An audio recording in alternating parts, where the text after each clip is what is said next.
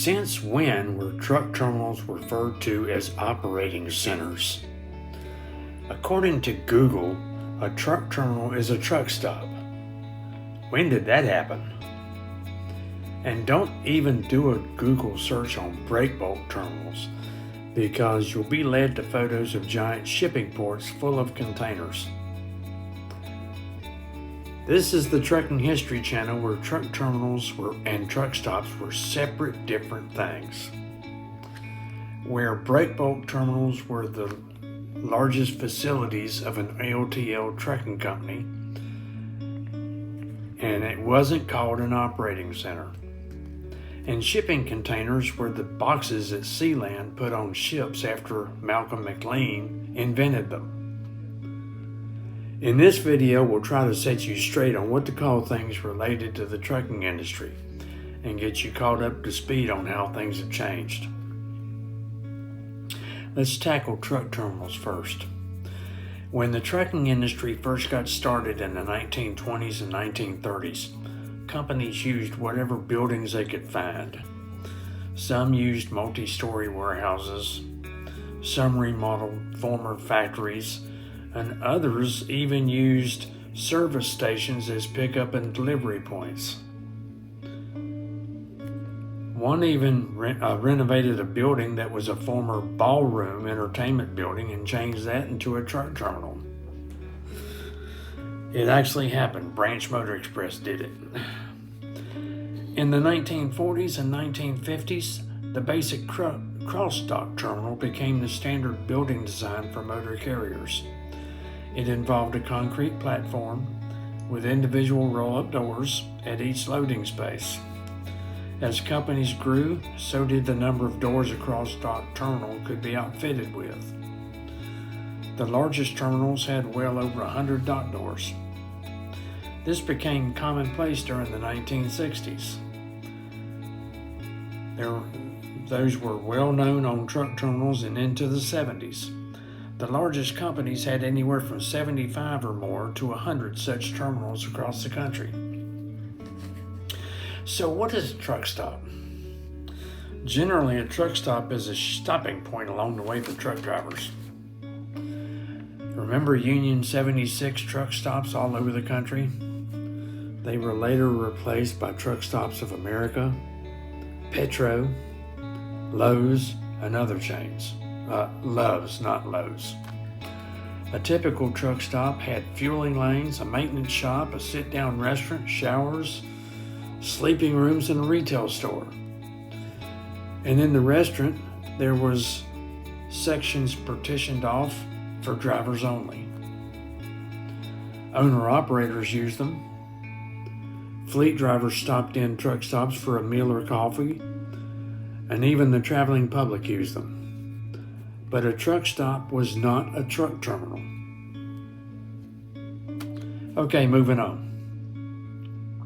Do you know how the Teamsters Union got to be known by that name? Before the automobile and motor trucks were developed, freight was mostly hauled by horse and wagon teams. Some had one horse to one wagon. The bigger wagons hauling more freight had 2 or more horses. The driver was known as a teamster,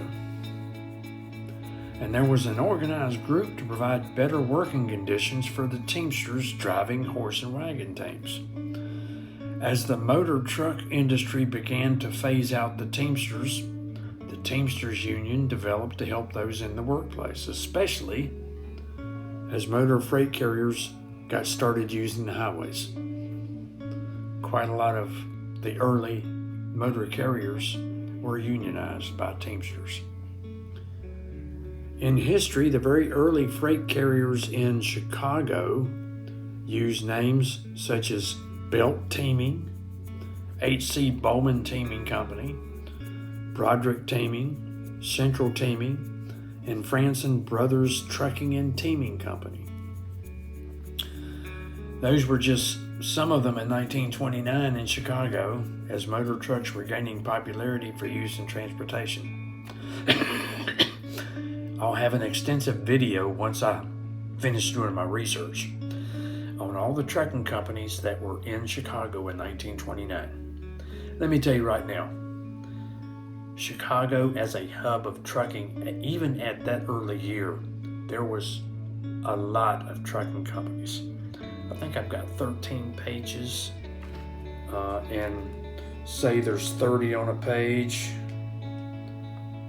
There's 390 that I've come up with so far, and I'm not even done yet. Don't worry, it won't be all in one.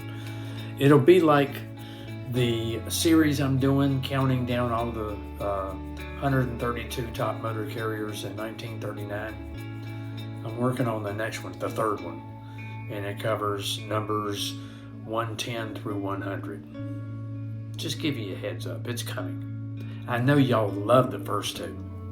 And if you haven't seen them, they're on my channel. Go look for them. You might learn something. Okay, let's look at the various names companies use to identify themselves in the trucking industry. Using those same yellow pages that I'm doing research on of trucking companies in Chicago in 1929, a popular name was Motor Service. Examples would be O'Donnell Motor Service, Muller's Motor Service, or Manufacturer's Motor Service. All three of those were part of 1929 in Chicago. Cartage was another common trucking name, like American Cartage and Decatur Cartage. Later, names would have included Motor Lines, Motor Express, and even Freight System. Along those lines, think Central Motor Lines, Transport Motor Express, Inspector Freight System. Good examples. But how did transportation become logistics? I mean, come on. Some old names should have been left alone. So I have a question for you. What do you think the best trucking name was in history? Let me know in the comments. And give me a thumbs up. Subscribe to the channel, because it does help me. I have a goal. I'm trying to get to 1,000 subscribers, and you can help me. The people that are already subscribing, tell your friends. Tell anybody that you know of that likes the trucking industry. I know a lot of you are on the Facebook posts, the Facebook groups, fallen flags and old trucking companies from the past, stuff like that. Promote this channel. I'm trying to get to 1,000 subscribers. I don't have a month goal of when I want to do that. I just want to do it as soon as I can. Right now, I'm up to 644. 644 subscribers, and I thank you. But I want to get up to 1,000. Will you help me? I hope so. We'll see y'all next time.